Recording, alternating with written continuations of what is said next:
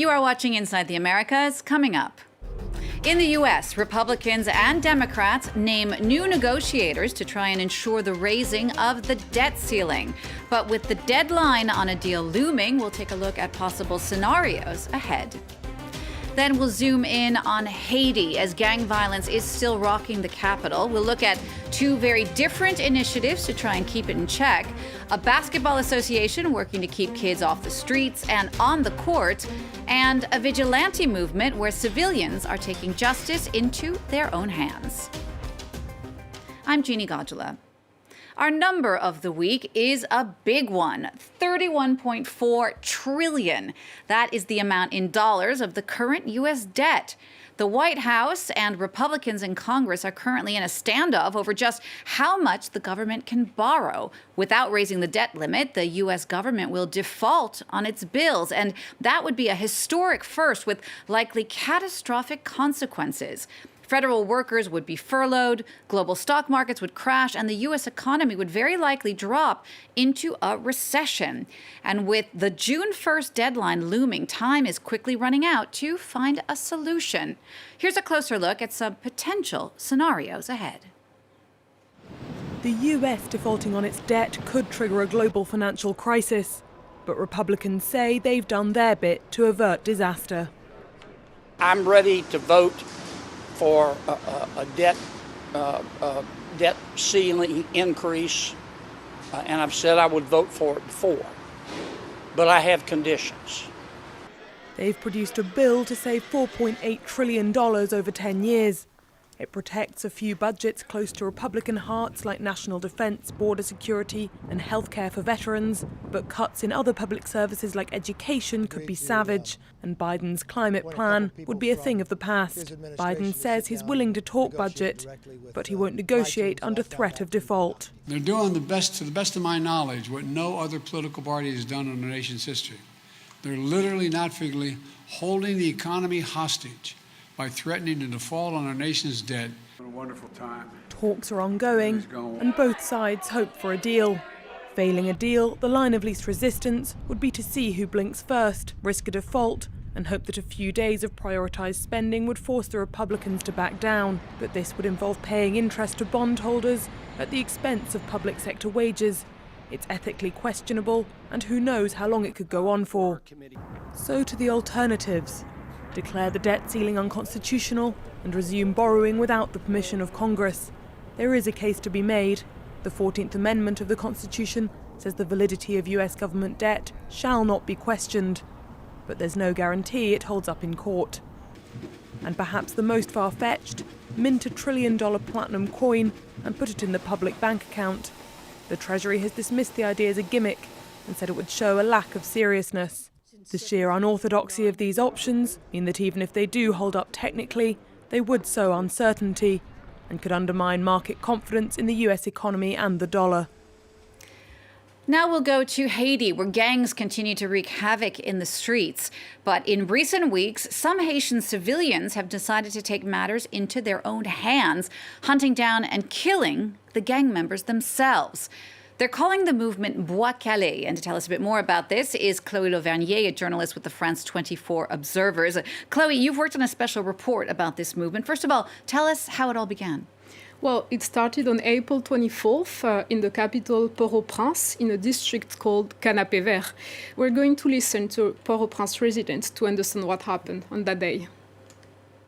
Moi, j'habite à 300 à 400 mètres de Canapé Vert. Et le lundi 24 avril, j'ai entendu beaucoup de détonations, des tirs nourris toute la matinée. So on April 24th, he heard gunfire because there were gangs fighting in this area. Let's listen again. Après, une amie à Canapé Vert m'a raconté que la police et la population ont intercepté un minibus avec 14 jeunes garçons qui étaient armés et avec des munitions, etc. La population a ensuite envahi les lieux pour les exécuter, les brûler. So basically, these people were killed because they had weapons and ammunition. So the people thought they were going to support the gang that was fighting in this area. So this was the spark for the Bois Calais movement, which is ordinary people going out into the streets to hunt down suspected gang members to kill them. So the Bois Calais movement then spread to other neighborhoods of Port-au-Prince, then across the country. Dozens of people were killed. How do you explain this outbreak of violence? Well, first, the people are tired of the gang violence. There have been massacres, armed attacks, kidnappings, and more. In addition to that, the gangs operate with near impunity. So the people feel that the authorities don't do their job to prevent the violence, to hold the gang members responsible for the violence. So that's why people are taking justice into their own hands. But of course, what's incredible in all of this is vigilante justice like this is incredibly dangerous. Yes, first, in general, the people are barely being questioned before being killed. So that means that there is no due process. The due process is not respected. And the second thing is that there is a huge risk of mistake, that innocent people who have no connections with the gangs will be killed. And that might be what happened on April 29th outside of a police station with two men who are going to listen to one of their fathers. On baleine, on briquet dans valise là. Yo pas joindre zam, yo pas joindre peu, pas joindre. Pour policiers yo quitter, deux messieurs simplement entrer chaque soit on même monsieur yo mettez au dehors et puis c'est même monsieur ça yo, trois monsieur ça yo, dès que entrer on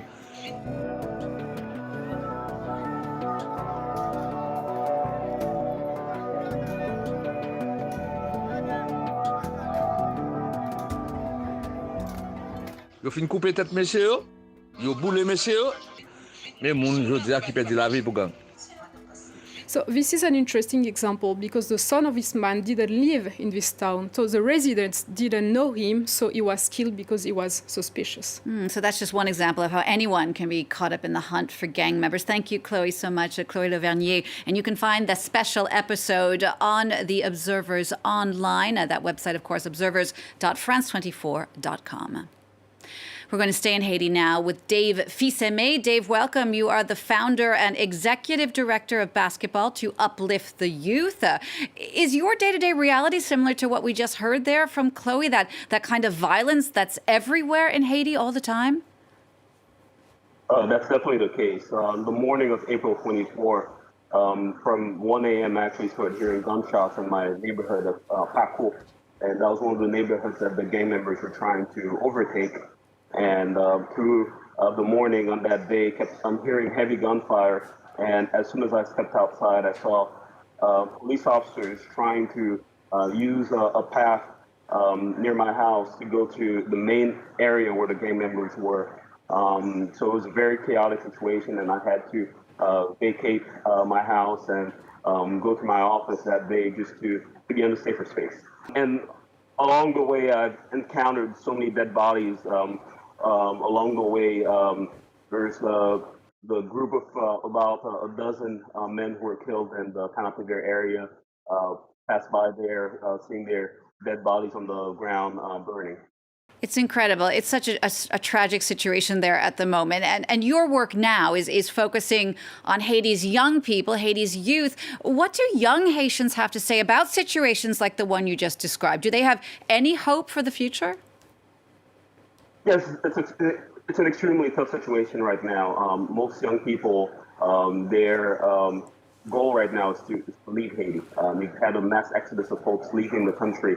On my end, I know at least a dozen people who've left the country just over the past month. Folks going to the Dominican Republic and the U.S. through a humanitarian parole program that the U.S. has just established. Dave, it's so interesting what you say because your own story is similar in a way. You left Haiti to study in the U.S. at both Harvard and Yale, but then you came back to Haiti 10 years ago to live, to set up this association, to work. Why this desire to come back and not stay in the U.S., where arguably one could say you might have had a better life? Well, Haiti's been dealing with a massive brain drain for many decades now, and I believe that Haiti's best are residing outside of Haiti, and the country has no chance of really progressing. And creating a better future for the country's youth. And so I decided to return to Haiti for that very reason, to use my gifts and my skills to contribute to the betterment of the country. If you had the same choice to make today, what would you do? Would you stay in the U.S.? No, I would do it all over again, because the current situation in Haiti just proves the importance of the work that our organization is doing.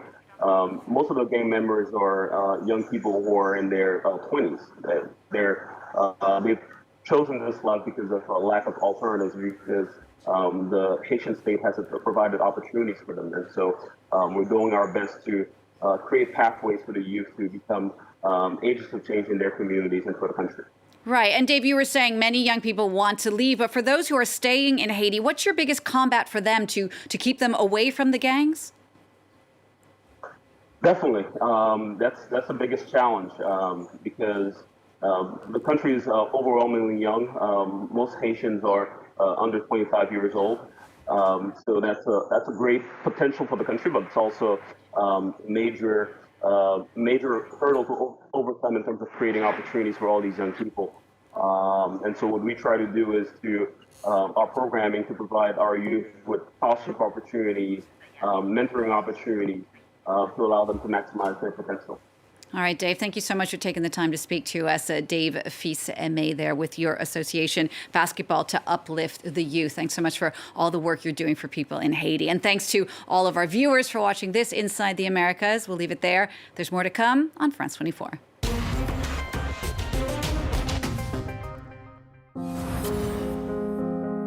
Jakarta is sinking. Bisa lagi mengingat kenangan masa lalu, karena tanah yang dulu daratan kita tempat main di sana sudah dibantu. Faced with disaster, the Indonesian government decided to build a new capital on the island of Borneo, a paradise for some. Yang huni di sini artinya berkelanjutan, tidak hanya habis di satu masa saja, tapi karena di sini ini potensi alamnya masih luas. A threat to others. Sedangkan kita cuman ini yang kita punya. Lahan kebun kita mau digusur, rumah kita mau digusur, jadi kita mau kemana lagi? Watch Reporters, Jakarta, the sinking capital, on France 24 and France24.com.